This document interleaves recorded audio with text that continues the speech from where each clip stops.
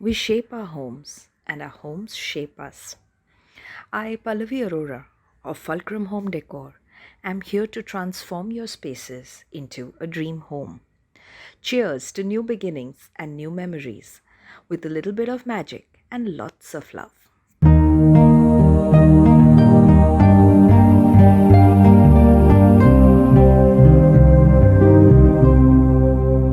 Welcome to Fulcrum Home Decor. My name is Pallavi and I'm here to help you transform your spaces into a home. Today is the second video of the three-part series of a Modern Farmhouse home tour. In the first part, you have seen the living room, the dining area and the entertainment room. Today I'm going to take you into the heart of this home, which is the kitchen. This is a space in which we have done a lot of civil changes, we have done a lot of designing, we have used a lot of our brains, and I wanted to take you on a tour of an in-depth video of the kitchen particularly.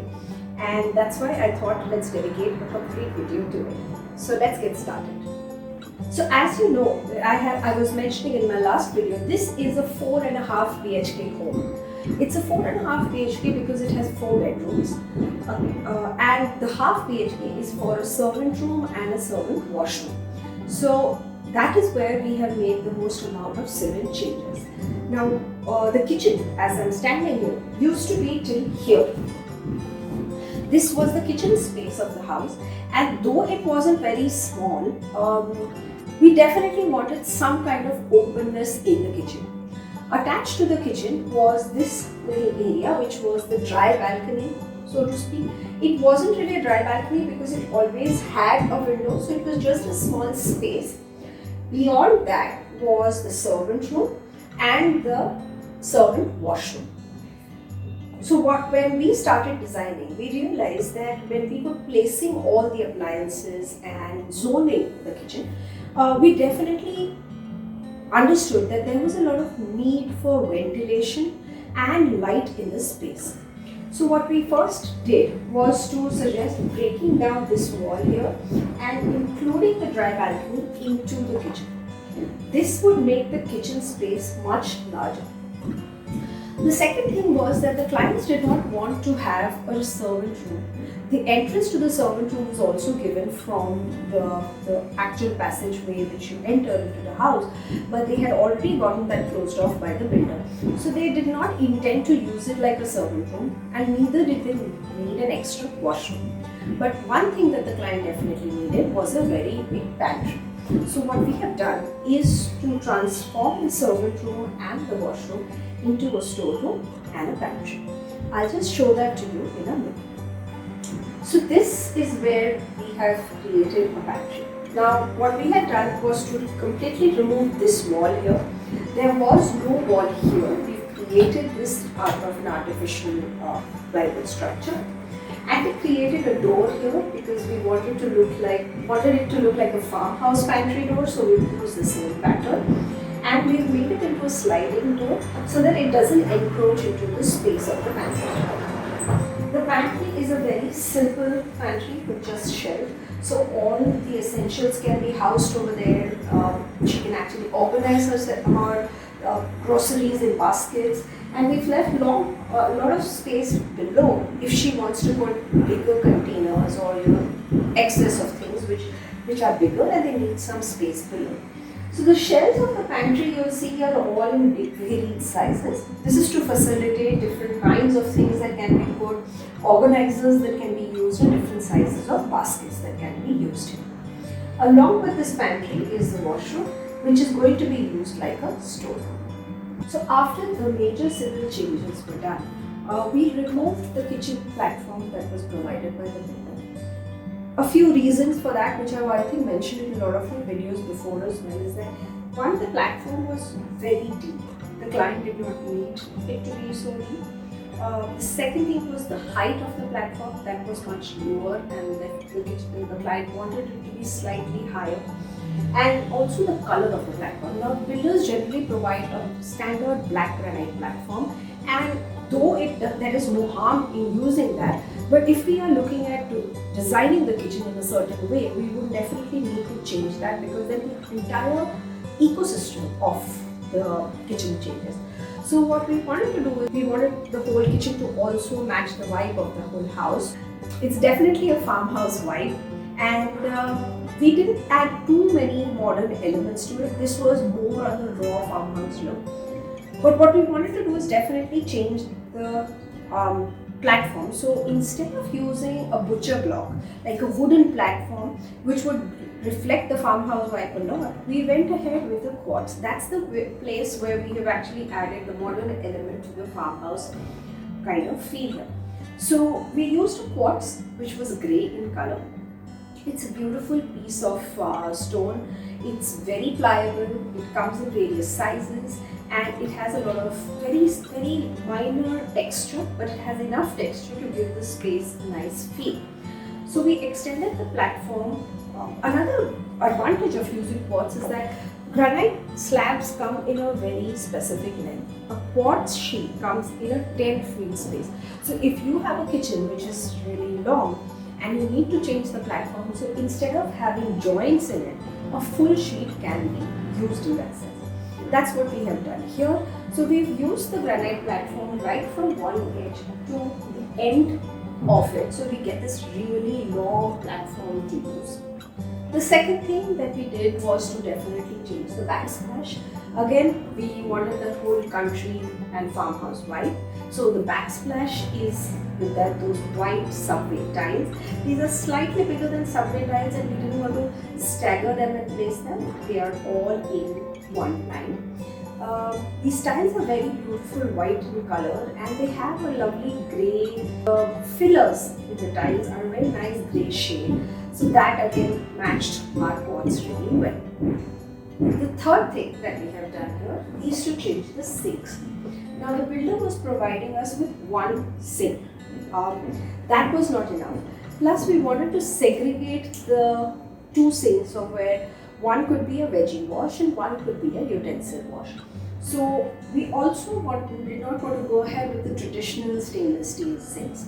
We went ahead with these new form of sinks which kind of match. They come in a variety of colors, they're made of fiber, and they match the quartz very well. So we've chosen to go ahead with two separate sinks. One, as I said, which can be used for veggie wash, and the other one that can be used for washing utensils. The fourth thing that you will see here as a change are these taps. We definitely wanted to kind of reiterate the farmhouse vibe, so we wanted to have these big taps which have which are counter mounted, and they have these really long spouts. But also for the ease of use, we've used them with shower heads. So that kind of makes washing the sink in itself very easy, and it really looks nice and maintains the space very well. Now I wanted to show you the actual storage that we provided for the kitchen. So since we had a huge slab here, what we've done is we've provided her with a lot of trolleys under the counter. They have piped gas here, so we did not need to leave any space for a cylinder. We've used everything to its maximum capacity. We have baskets which are of steel. We have tandem drawers baskets which are there. So every drawer actually has a separate purpose. We have a cutlery tray, we have something for utensils, we have a bottle puller, we have in fact two bottle pullers over here. So these are for her spices and oil bottles and things like that. We also have bigger drawers which are made out of plywood. They are not of any kind of metal, because these can house her grains or her bigger pots and pans, and this is how the entire space has storage. We've kept everything very symmetrical because we wanted to have things which you'll find around the entire house. There are a lot of things that are very symmetrical here because that's the design style that we liked and the clients wanted us to do. What we've done under the sink is to provide her with two shutters where dry and wet waste can be separated. There is also a space for her to keep her detergents and extra dishwashing tablets and things like that. And right at the very end, you will see that we have space for the dishwasher. Now this is an inbuilt dishwasher, and that's why you'll see that we've provided her with a shutter on the dishwasher just to maintain the symmetry of the entire space. So above the kitchen slab is where the central part of it is the chimney and the hob, and we wanted to create some cabinets above it. We didn't want the space to feel very closed, so we've provided her with cabinets on the sides. We've provided her with a loft, and we've also provided her with some open shelving. These open shelves are great to have her daily needs of tea, coffee, sugar and things like that, and also have some space to display her beautiful salad bowls or soup bowls and things like that. We've provided her with lights under every open surface so that there is enough lighting in the space, and also once during the night or during a get together when the natural lights are switched off of the kitchen, this can create a very cozy and very moody vibe to the space. So since our platform was on one side was continuing on one side, we wanted to house the electronics on the complete opposite side of the platform. So we've created this big unit which was a very nice space for the electronics. So we've been able to house the oven, the microwave, it's all inbuilt, so it fits beautifully in the unit. We also have a pull-out unit in the electronics unit, so to speak, which can house all your like your toaster, your air fryer or your mixer. It can be used there and then and just pushed back in. So it doesn't really occupy any space on the counter. Right next to that is the space for the refrigerator. The refrigerator is yet to come, so that is why the space has been left for the sink. So that was the kitchen part. Of course, I'll show you the storage that we made for the kitchen, but I wanted to just talk briefly about this part of the kitchen. This part of the kitchen is actually the breakfast counter, and which I have explained already in the living room, but just kind of wanted to touch a little bit. There was a wall on this part which we broke down because we wanted the whole space to feel warm and open. And the way we designed the breakfast counter is to have two levels.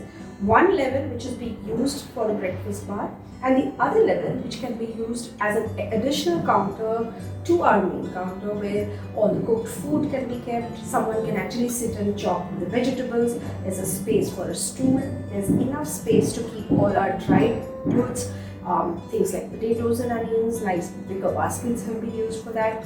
We also have a series of drawers here where kitchen napkins and foil and table mats and things like that can be housed. And last but not the least is the accessories to this space. We wanted to keep it extremely rustic and farmhousey. So a lot of these things are the client's own stuff. So and some of them are from different places that we have sourced. So her oil jars, her ladle holder, just a burnie which is actually a pickle jar, but I've used it just to display some faux flowers over here. And we've used the shelves just to keep things very minimal and have a lot of wooden elements here because that kind of reiterates the farmhouse vibe of the space. So this is how the kitchen of the space looks. And we had a great time brainstorming and coming up with the best possible solution for this space. I hope you enjoyed this kitchen tour and it gave you a lot of ideas, a lot of tips, a lot of inspiration to do something in your kitchen. A lot of the pictures of this project and the kitchen in general are going to be on Instagram. So you can have a look at them in detail on Instagram. The products that we have used here are also going to be mentioned in our Instagram stories. So definitely head over to our Instagram, and if you're not following us there, follow us to really see everything in detail and in depth on Instagram itself. I hope I will see you again in the next video, which is going to be a tour of the 3 bedrooms of the space. You will not be disappointed, so definitely stay tuned for that. Subscribe to the channel and hit the bell icon, because I've been told that if you don't hit that, you don't get a notification of the videos. So if you want to stay tuned with Fulcrum Homedecor, definitely try and do that. And do leave me a comment. What was your What is it that inspired you in this kitchen? What is it that you felt great about this kitchen? And if you have any messages for me, I would love to listen to them. So till I see you in the next video, happy living.